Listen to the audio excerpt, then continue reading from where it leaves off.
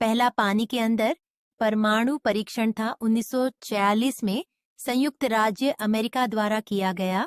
उनके Pacific proving grounds में operation को क्रॉसरोड्स और कहा गया। इसमें 2 अलग अलग परीक्षण एबेल और शामिल थे। बेकर ने बिकिनी में परफॉर्म किया। मार्शल द्वीप निश्चित रूप से चरमोत्कर्ष है। बेकर परीक्षण था जो हुआ था 25 जुलाई 1946 को परमाणु बम के नाम से जाना गया। 23 की उपज के साथ बिकनी की हेलेन किलोटन का विस्फोट 90 की गहराई पर किया गया। पानी की सतह से फुट नीचे विस्फोट ट्रिगर पर अभी भी दोनों के रूप में वर्णित है। यह विस्मयकारी और भयावह था। अविश्वसनीय शक्ति का गंभीर प्रमाण।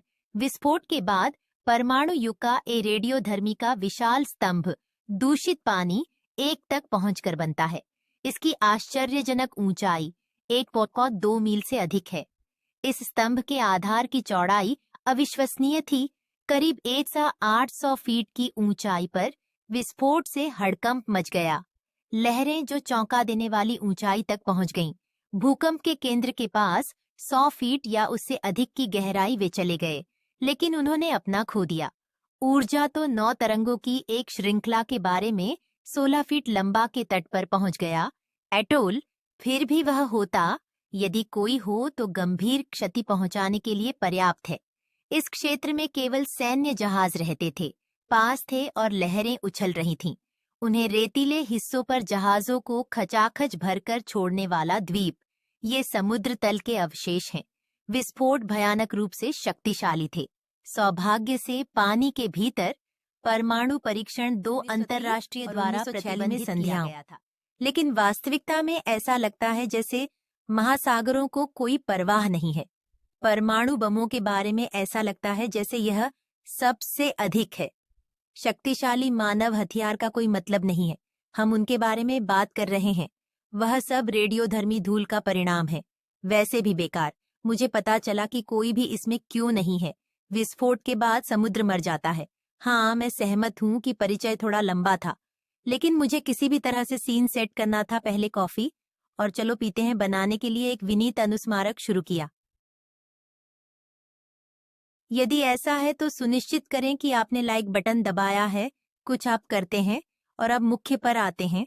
बिंदु यह दिलचस्प होने वाला है, इसलिए पहले हम यह पता लगाने की जरूरत है कि इसके परिणाम क्या होंगे। हेलेन की बिकिनी धमाका जैसी थी। मैंने पहले ही कहा था कि इससे भारी लहरें पैदा हुईं और उनमें से 9 तट पर पहुंच गए। एटोल पर बड़ी संख्या में पानी के जहाज फेंके गए। के पास रेत और समुद्री शैवाल से भरा हुआ विस्फोट का केंद्र लहरें थीं बड़ा और 750 फीट की दूरी पर था। यूएसएस अरकानसस एक 27,000 टी युद्धपोत अमेरिकी नौसेना का, जिसका उपयोग 1 के रूप में किया गया था बम टैग के लिए। लक्ष्य प्रत्यक्षदर्शियों के अनुसार यह टूटा फूटा था, मानो उसके नीचे से किसी विशाल हथौड़े से वार किया गया हो। ऐसा प्रतीत होता है कि विशाल लहर पलट गई। वह जहाज जिसे तब चलाया गया था, पानी के स्तंभ द्वारा उथला पानी दूसरे तरीके से विस्फोट से उठा। विस्फोट स्थल पर आप जो जहाज देख रहे हैं वे थे। उनमें से कुछ का परीक्षण के लिए भी उपयोग किया गया। विस्फोट से डूब गए, जबकि अन्य डूब गए। वे जानवरों, सुअर, चूहों, भेड़ों से भरे हुए हैं। यह अध्ययन करने की आवश्यकता थी कि विकिरण कैसे हो सकता है यदि लोग संभावित रूप से चालक दल को प्रभावित करते हैं। वास्तविक परीक्षण के दौरान ऐसे बम का परीक्षण करें कि सेट करने के लिए आसपास कोई लोग नहीं थे। इस क्षेत्र में बम विस्फोट से सभी स्थानीय लोग प्रभावित हुए। उन्हें बाहर ले जाया गया। उनसे वादा किया गया था परीक्षण हो जाने के बाद वापस आ सकते हैं, लेकिन 1972 में अब भी वहां कोई नहीं रहता। लगभग 100 निवासी स्वेच्छा से थे। अपने गृह द्वीप पर वापस लाया गया। हालांकि सैन को बाद में पता चला स्ट्रम का खतरनाक रूप से उच्च स्तर 90 इंच मई 1978 में कुएं का पानी और निवासियों की संख्या असामान्य रूप से अधिक थी। उनमें सीजियम 137 की सांद्रता निकायों। यह स्पष्ट था कि विकिरण यहाँ का स्तर बहुत खतरनाक था, इसलिए लोग सितंबर 1978 में फिर से खाली करा लिया गया। आजकल एटोल कभी कभी होता है। गोताखोरों और कुछ वैज्ञानिकों ने दौरा किया, साथ ही हमेशा अलग अलग होते हैं। केयरटेकर के अलावा पर्यटक भी आते हैं, लेकिन यहाँ लंबे समय तक रहना बिल्कुल भी संभव नहीं है। संभव है और ये सब इसलिए है क्योंकि परीक्षण बहुत करीब से आयोजित किए गए। यदि वे केवल 90 फीट की गहराई पर तट पर हैं, खुले समुद्र में बम विस्फोट किया था, परिणाम होंगे पूरी तरह अलग अलग। उदाहरण के लिए आइए तरंगे लें पानी के भीतर। विस्फोटों ने कुछ का निर्माण किया। पृथ्वी ग्रह से सख्त हैं, साहसिक के प्रति पृथ्वी ग्रह पर सबसे बड़ी लहरें हैं। कभी ऐसी तरंगे देखी हैं जो एक के बाद होती हैं। परमाणु बम परीक्षण को अक्सर इस प्रकार वर्णित किया जाता है, एक प्रकार की शॉक वेव, क्योंकि वे कार्य करती हैं नियमित तरंगों से बहुत अलग, मानक समुद्री लहरों के विपरीत। जो हैं ये लहरें हवा और ज्वार के कारण होती हैं कि तीव्र विस्थापन द्वारा निर्मित विस्फोटों के कारण जल ऊर्जा, लेकिन उदाहरण के लिए आकार की कुछ बारीकियां हैं और विस्फोटक चार्ज का प्रकार खेलें भूमिका के साथ साथ उपस्थिति संरचना भी और परावर्तक सतह की दूरी इसे रखने के लिए समुद्र तल की गहराई की तरह। बस अगर कोई विस्फोट होता है, उथले पानी में शॉक वेव सीमित है। समुद्र तल में पानी की सतह से एक सतह स्प्लैश बनाना और संभावित रूप से विशाल लहरें। सही याद रखें, बेकर परीक्षण ने एक जल स्तंभ बनाया, 1.2 मील से अधिक ऊंचा, क्योंकि बम था। अपेक्षाकृत कम गहराई पर विस्फोट किया गया और यह एक पूरी तरह से अलग कहानी है। अगर भारी मात्रा के दौरान पानी का विस्फोट तेजी से फैलता हुआ बनता है, गर्म गैसों का बुलबुला एक बुलबुला बनाता है, सदमे की लहर जो सभी में फैलती है दिशाएं, तथापि गहराई तो गहराई ही है। समुद्र का दबाव इस बुलबुले का कारण बन सकता है, पतन और पलटाव उत्पन्न करना, दोलनशील तरंगें।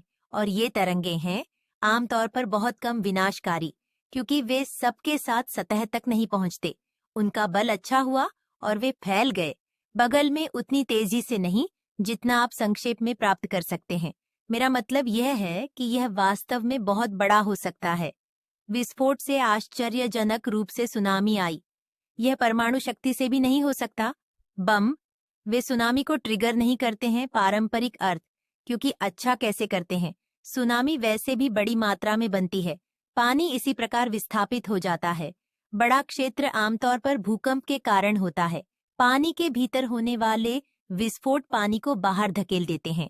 यहाँ तक कि अपेक्षाकृत छोटा स्थानीय क्षेत्र भी, यदि यह क्षेत्र 1640 फीट व्यास का है, सुनामी के लिए अभी भी बहुत छोटा है। इसलिए भी पानी के भीतर सबसे बड़ा परमाणु परीक्षण सुनामी या कुछ भी पैदा नहीं कर सका, जैसे उन्होंने इसे पूरा किया था। उनसे पहले 9 पानी के नीचे विस्फोट ऑपरेशन बेकर के अलावा प्रतिबंध लगा दिया गया, जिसका मैं पहले ही उल्लेख कर चुका हूँ। ब्रिटिश तूफान, अमेरिकी भी विगवाम वाहू और अम्ब्रेला स्वॉर्डफिश के रूप में वैसे 3 सोवियत बम भी।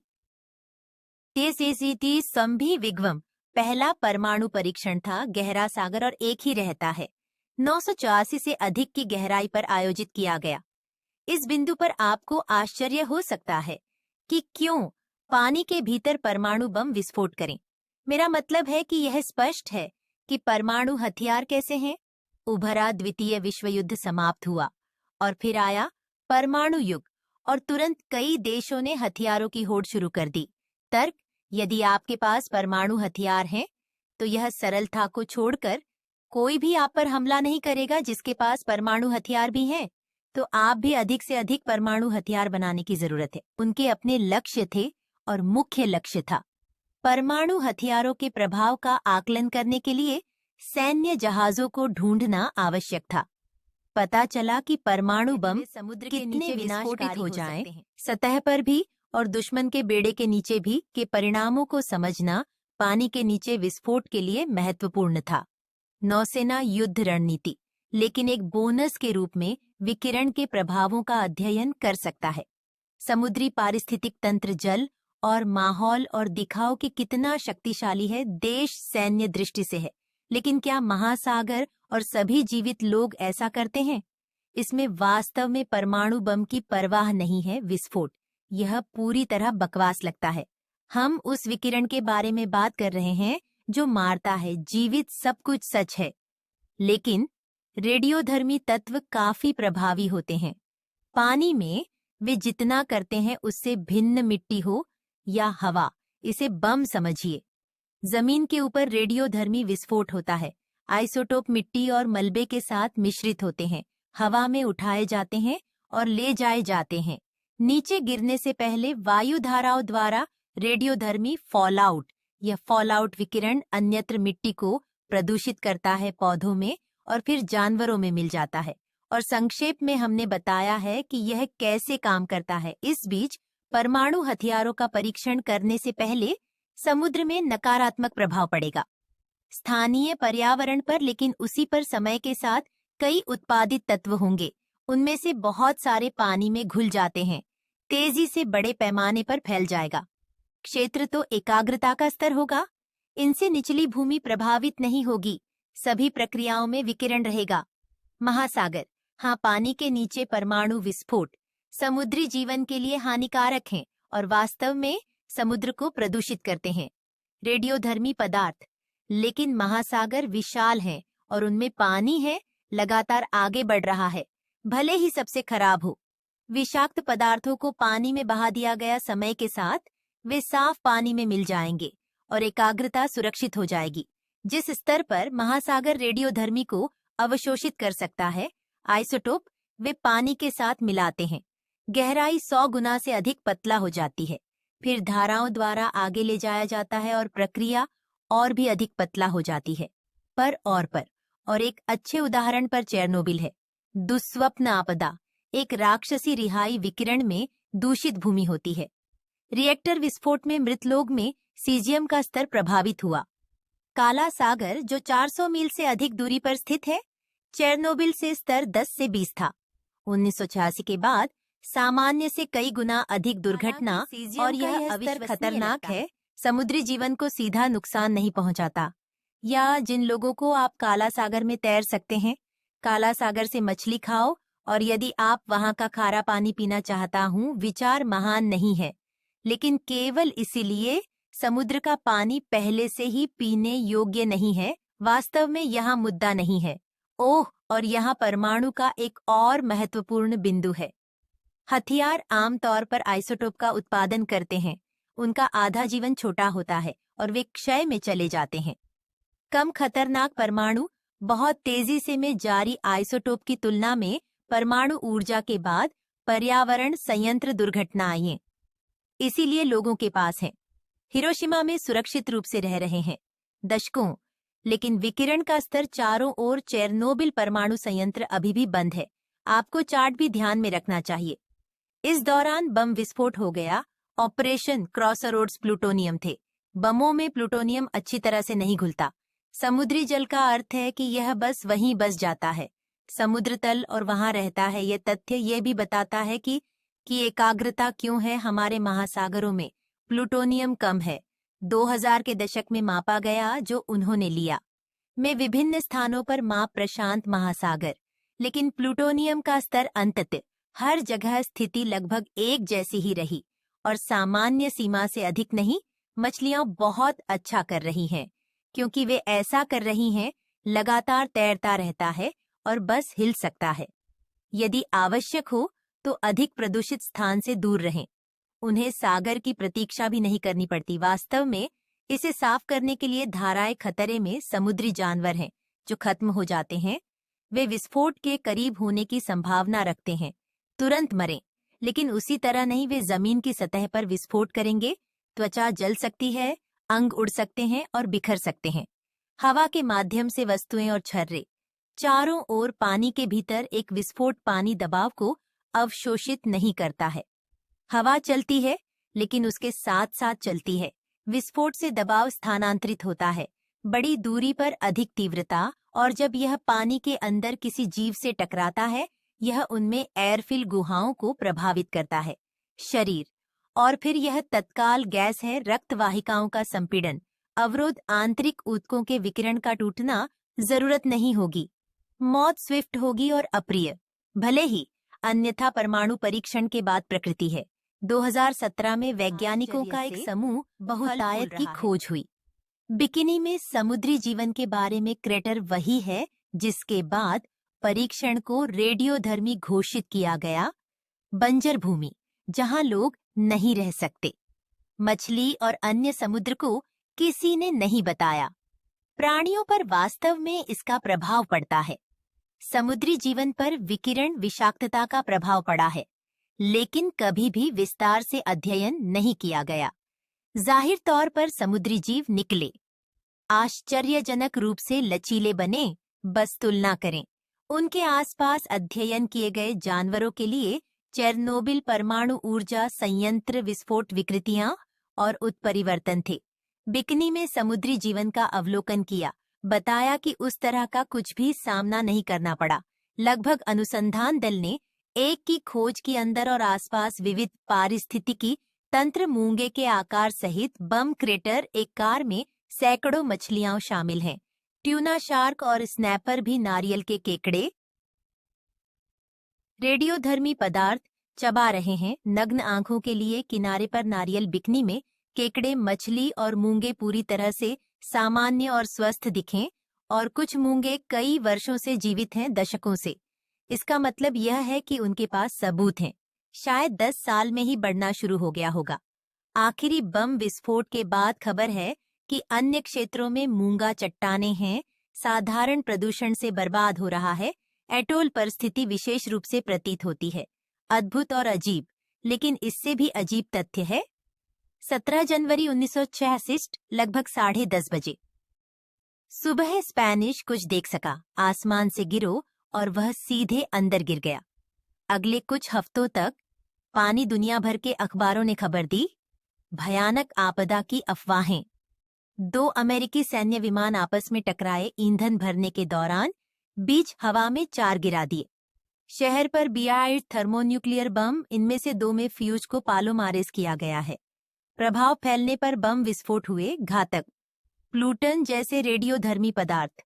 मैं सौभाग्य से एक विस्तृत ग्रामीण क्षेत्र में 200 इलेक्ट्रॉनिक्स परमाणु विस्फोटों को रोका, और सौभाग्य से एक विस्तृत ग्रामीण क्षेत्र में सुरक्षा प्रणालियां और इलेक्ट्रॉनिक्स परमाणु विस्फोटों को रोका, और बम जल्दी मिल गए। द थर्ड वन पैराशूट के साथ धारा में उतरा। अपेक्षाकृत अहानिकर था और था पुनर्प्राप्त, लेकिन अंतिम बम अभी गायब हो गया, कहीं खो गया। बस एक थर्मोन्यूक्लियर बम खोने के लिए नीचे की बेहूदगी और भयावहता के बारे में सोचो। इस स्थिति में बम की तलाश की जा रही है। शुरू हुआ, और इसे परिप्रेक्ष्य में रखने के लिए 1 मेगाटन का एक बम था, 100,000 के बराबर। विस्फोटक शक्ति टन TNT अमेरिकी नौसेना की खोज में लगा। इसे खोजने के लिए टीमों को 3 महीने का समय लगा। अत्याधुनिक पनडुब्बी और 18वीं शताब्दी का अल्पज्ञात प्रमेय लोगों को अतीत के बारे में जानकारी का उपयोग करने में सहायता करता है। कर रहा था, यह कितनी अच्छी तरह परमाणु बम ले जा सकता है। यह हार बहुत अच्छी नहीं रही, क्योंकि जल्दी परीक्षण एक डमी के साथ आयोजित किए गए, शायद बचने के लिए कैप्सूल। अच्छी तरह से दुर्घटनावश बहुमूल्य हथियार खोना। आप मुझ पर एहसानमंद हैं। बाद में